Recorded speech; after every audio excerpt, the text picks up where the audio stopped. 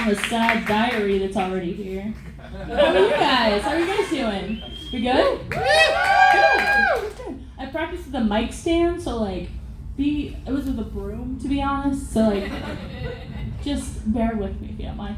I'm going to talk about the time that I left my husband straight out of the blue.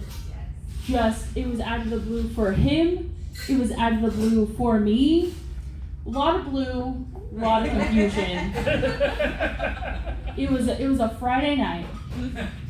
I wanted to get single before the weekend, had to make sure. And honestly, there was a series of events that led up to the fact that I had left. It was one of those divorce starter pack situation where you've got those, right? You understand. You've seen those memes. There was 4 corners. We've got in one corner we've got lack of communication style. Our styles of communication were completely different. In this corner we have our sexual stamina, which is different, just opposite. It's fine. It happens. In this corner we have he liked to stick curling irons up his ass. And then in this corner here we have I liked the TV at a different volume than him. So your normal grounds for divorce, right? Normal. I remember this day really clear, unfortunately. It was just really bright and crisp. And I feel like that's how it is when it comes to things. I don't remember when to do my taxes, but when it comes to trauma that we all individually go through, crystal clear, full pixel. We all remember that. No, the amount of alcohol is not going to take away that trauma we will remember. We're going to remember it. So I was walking into the living room, and he was asleep on the couch, which is fine. Humans sleep, no big deal. That wasn't it. But I saw this empty bag next to him that looked like it contained grapes at one point. Yeah, I have the same, right? That's fine. Your look is completely normal. She's like, where is this going? So that's when I realized I was done. I look at my husband. I look at the bag of grapes. I look at my husband. I look back at the bag of grapes. And that's when it hit me that I just didn't want to be married anymore. That was it. And you're probably wondering, well, why the bag of grapes? Why of ever? And I was wondering the same thing, because why the grapes when there were so many things that happened at that point? First of all, he called my cat Chubby. Oh no. That's already grounds for divorce. Second, he pressed and pressed for me to give him a blowjob during while he was playing Tony Hawk's Pro Skater 1 and 2. And my curling iron kept going missing. There were just a lot of things that I realized, But it wasn't that. It wasn't that. You're probably wondering why the grapes? And my answer? I don't know. Do you understand? Can you help me out? Why, of all things, was it that? It didn't make sense to me at all. But that was it. That's when I was I don't want to be married anymore.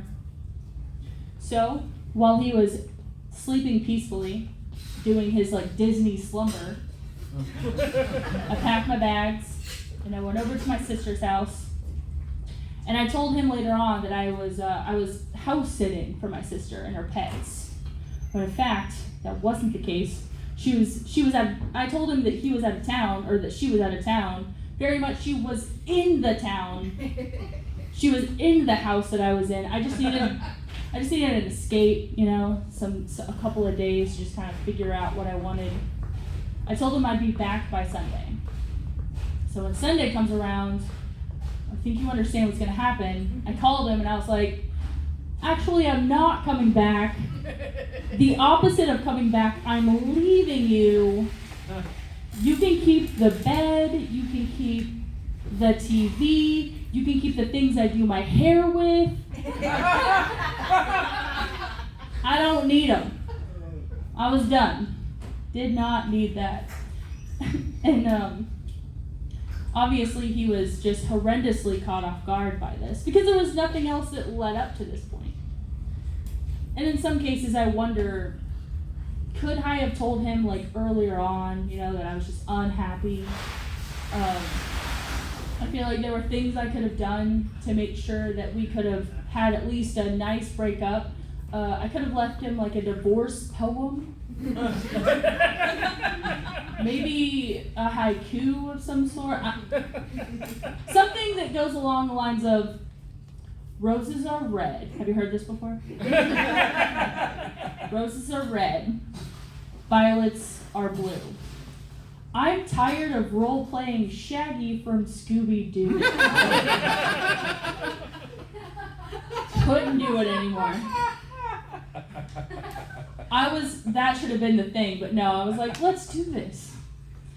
So we proceeded with the divorce, and I informed my sister that I was moving in. She didn't have a choice. I was moving in. I Genghis Khan'd her home. That's what happened. And there were times where I wonder, should I feel guilty about this? And my answer is no. I didn't. And honestly, I felt 0% upset about this. And my actions reflected that. While he was trying to mend this broken heart from someone who had just promised their life to them, to like love them and cherish them no matter what, I was on the other side letting dudes fold me like a lawn chair while he was just going through it. I was being backyard barbecued by other dudes.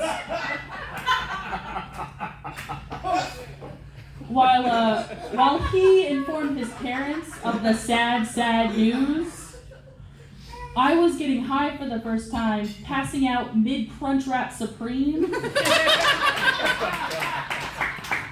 Add quesadilla sauce. By the way, let me just like side it here. Add quesadilla sauce to your Taco Bell. Any Taco Bell. The burritos, the wrapper, add quesadilla sauce. You won't regret it. That's what I do with everything.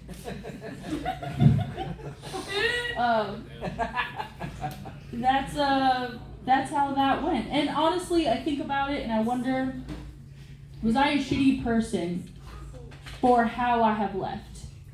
And there are times where I think, yeah, like there are times where I didn't have to just straight ghost my husband. Like I could have just told him earlier on that I wasn't happy, but I didn't do that. I just left. And I feel like that's best for me.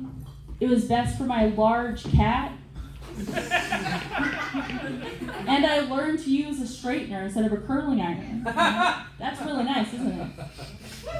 And that is that story. We still love you. Good.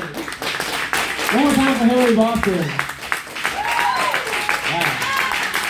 That was fantastic.